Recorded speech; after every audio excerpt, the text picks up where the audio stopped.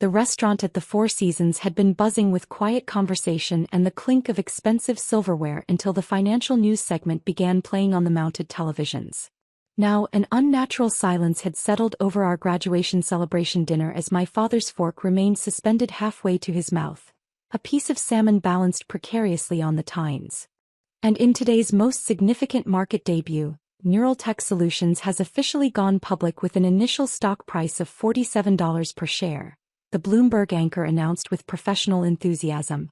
The company, which specializes in artificial intelligence solutions for healthcare diagnostics, has already seen its share price jump to $63 in early trading.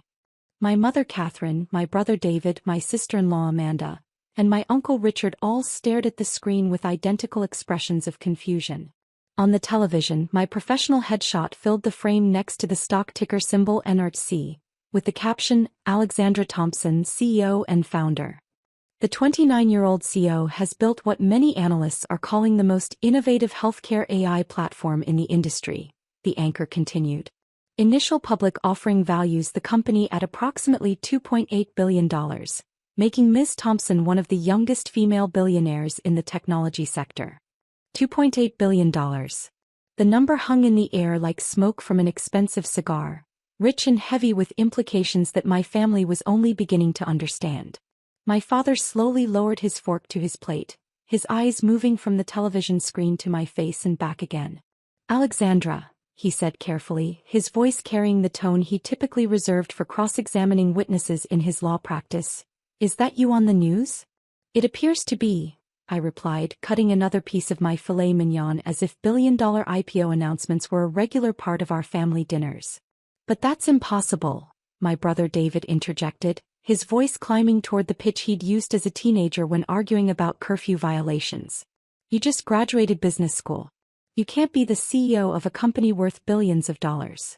I took a sip of the Bordeaux my father had ordered to celebrate my finally getting serious about my future, and considered how to explain 4 years of careful misdirection and strategic omissions.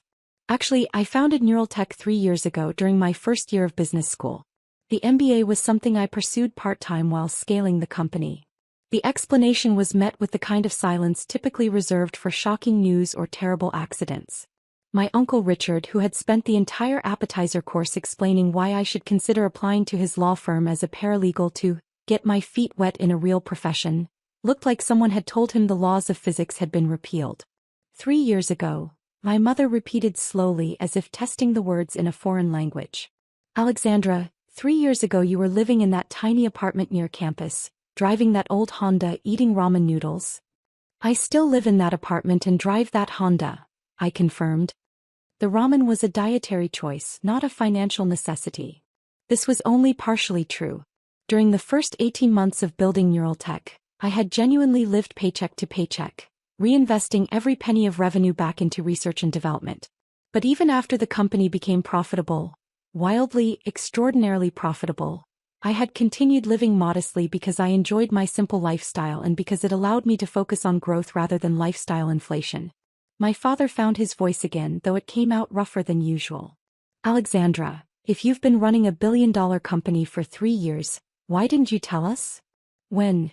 I asked.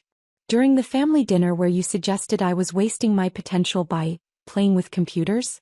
Or perhaps during the Christmas gathering where Uncle Richard explained why technology careers were unstable, and I should focus on something more reliable? The memory of that Christmas conversation still stung.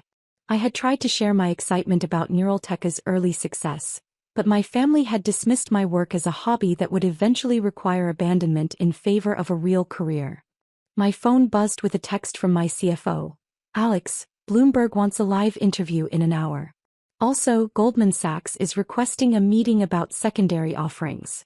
Congratulations on becoming officially rich. I turned the phone so the table could see the message. Officially rich, I repeated. Though technically I've been rich for about 18 months. Today just made it public knowledge. 18 months. Amanda finally found her voice, though it came out as more of a squeak than actual words. Alexandra, what do you mean by rich? I opened my phone's banking app, specifically the account that tracked my equity value in Neuraltech. With the current stock price at $63 per share, My 72% ownership stake was worth approximately $2 billion. As of about 45 minutes ago, my personal net worth is roughly $2 billion, I announced, showing them the screen. Plus liquid assets of approximately $47 million in various business and investment accounts. The number seemed to bounce off them like rubber balls.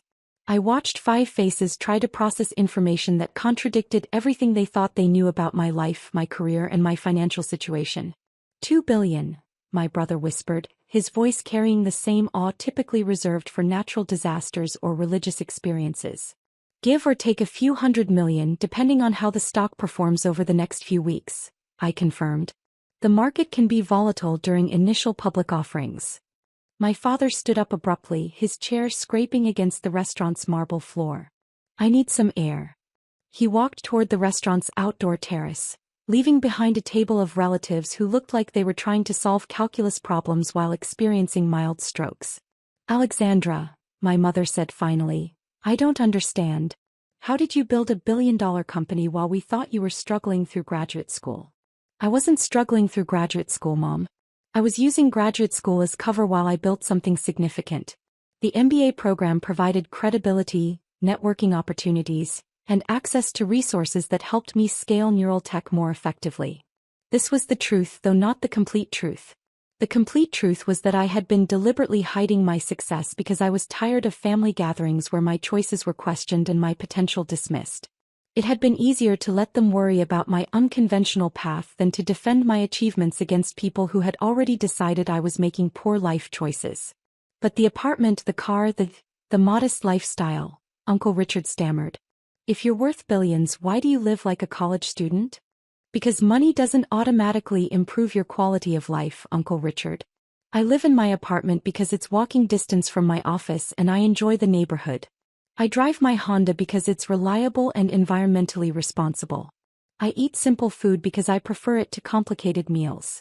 The irony wasn't lost on me that this conversation was happening in an expensive restaurant where my father had insisted on celebrating my graduation with what he considered an appropriately sophisticated dinner. For him, success was measured by the cost of the wine and the reputation of the venue. For me, success was measured by the problems I solved and the impact I created. My phone rang with a call from CNBC. I declined it immediately, but not before the caller ID was visible to everyone at the table. CNBC wants to interview you, my mother observed. They've been calling for the past 6 months, I replied. Along with Forbes, Fortune, Bloomberg Businessweek, and the Wall Street Journal. I've been declining most interview requests because I preferred to keep the company's profile low until we were ready for the IPO. 6 months, David repeated numbly. The media has been trying to interview you for 6 months and we had no idea. You had no idea because you never asked detailed questions about my work. You asked if I was keeping busy with my computer projects, but you never inquired about revenue, growth projections, market position, or strategic partnerships. This was the crux of our family's communication breakdown. They had created a narrative about my life based on surface observations and their own assumptions about what success looked like. They had been so focused on what I wasn't doing, getting married, pursuing a traditional career path, accumulating visible status symbols, that they had completely missed what I was actually accomplishing. My father returned from the terrace, his usually perfect hair disheveled and his face pale. Alexandra, I owe you an apology. For what, specifically? For saying your work wasn't useful. For suggesting you needed to get a real job. He gestured helplessly at the television, where the news had moved on to other stories, but the stock ticker continued scrolling across the bottom of the screen, showing NRTC up 47% from its opening price. For not recognizing that you had already built something extraordinary, he finished. It was more honesty than I'd heard from him since I was a child, and it caught me off guard. My father was a successful attorney who had built his career on being right about people and situations. Admitting he had been completely wrong about his own daughter's capabilities couldn't have been easy. Dad, I said gently, you weren't wrong about everything. You were right that I needed to focus on building something sustainable instead of just following my passions without a plan. You just didn't realize I had already done that. My phone buzzed again, this time with a call from my research director. I should take this, I apologized to the table. Dr. Martinez, what's the update on the clinical trial results? Alex, the Johns Hopkins data came back this morning. Our diagnostic accuracy is 94.7% for early-stage detection. The control group using traditional methods was 61%. We're not just better, we're revolutionizing cancer diagnosis. I put the phone on speaker so my family could hear. That's incredible news. When can we publish the results? The medical journal wants to fast-track publication. We're looking at 6 weeks instead of the usual 6 months. Alex, this is going to change everything. We're going to save thousands of lives. After ending the call, I looked around the table at faces that showed a mixture of awe, confusion, and something that might have been pride. We develop artificial intelligence systems that can detect cancer, heart disease, and neurological disorders from medical imaging with higher accuracy than human doctors, I explained. The technology we've created doesn't replace physicians. It gives them better tools to save their patients' lives. You're saving lives, my mother said softly. We're improving diagnostic accuracy, which leads to earlier treatment, which improves survival rates. The AI doesn't save lives directly. It helps doctors save lives more effectively. My Uncle Richard leaned forward, his earlier condescension replaced by genuine curiosity. Alexandra, how many hospitals are using your technology? Currently, about 400 medical centers across North America and Europe. With the capital from the IPO, we're planning to expand into Asia and develop new diagnostic capabilities for rare diseases. 400 hospitals, he repeated. That's incredible. It's a start, I replied. Our goal is to make advanced diagnostic AI available to every medical facility in the world, regardless of their size or budget. We want a small clinic in rural Montana to have access to the same diagnostic tools as Johns Hopkins. The conversation was interrupted by another phone call, this time from my business development director. Alex, sorry to interrupt your celebration, but the European Union just approved our expansion into 12 new countries. We'll need to discuss staffing and infrastructure, but we're looking at a potential market of 200 million additional patients. Schedule a meeting for Monday morning, I replied. And Sarah, thank you for making this possible. Today's success belongs to the entire team. After ending the call, I realized that my family was staring at me with expressions I'd never seen before. Not concern, not confusion, not well-meaning worry about my future. Respect. Alexandra, my father said quietly, I want you to know that I'm proud of what you've accomplished. I should have said that years ago instead of questioning your choices. Why didn't you? He was quiet for a long moment, considering the question seriously. Because what you were doing didn't look like success to me. I was expecting traditional markers. Corporate job, steady salary, conventional career progression. I couldn't see that you were building something bigger than anything I'd ever imagined. And because, he continued, admitting that my youngest daughter had surpassed anything I'd ever accomplished would have required rethinking everything I thought I knew about success and achievement. It was the most honest thing he'd ever said to me, and it revealed the deeper issue underlying our family dynamics. My father had built his identity around being the successful one who guided his children toward good decisions. Accepting that I had made better decisions than he would have recommended meant questioning his own understanding of what constituted good judgment. Dad, your success doesn't diminish because of mine. You've built a respected law practice, raised 3 children, contributed to your community. Those achievements have value independent of how much money anyone makes. But you've built something that will outlive you, he replied. Something that will keep saving lives long after you're gone. That's a different kind of success than anything I've achieved.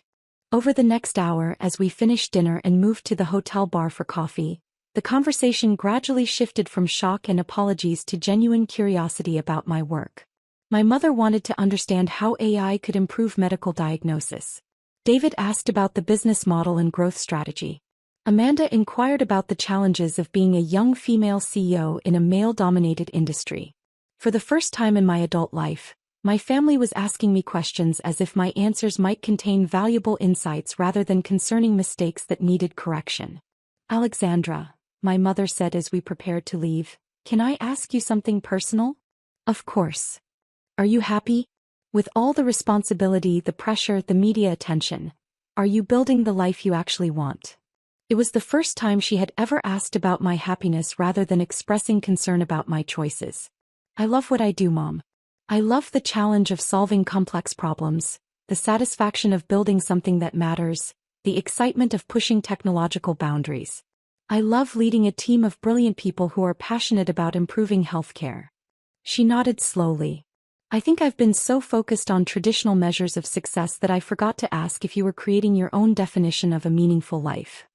6 months later, my family attended the grand opening of Neuraltech's new research facility, a 200,000 square foot campus dedicated to developing AI solutions for rare diseases. My father cut the ribbon with me, and when the local reporters asked about his daughter's achievements, he didn't mention how proud he was that I had finally found my direction. Instead, he talked about my vision for democratizing healthcare technology, my commitment to making advanced diagnostics available globally, and my leadership in an industry that would transform medicine. My daughter didn't just build a successful company, he told the crowd. She built something that will make the world healthier and more equitable. That's not success, that's legacy. The real victory wasn't the IPO valuation or the media attention or even my family's newfound respect. It was the knowledge that thousands of patients would receive better diagnoses because of technology we had developed. It was the letters from doctors who said our AI had helped them catch diseases they might have missed.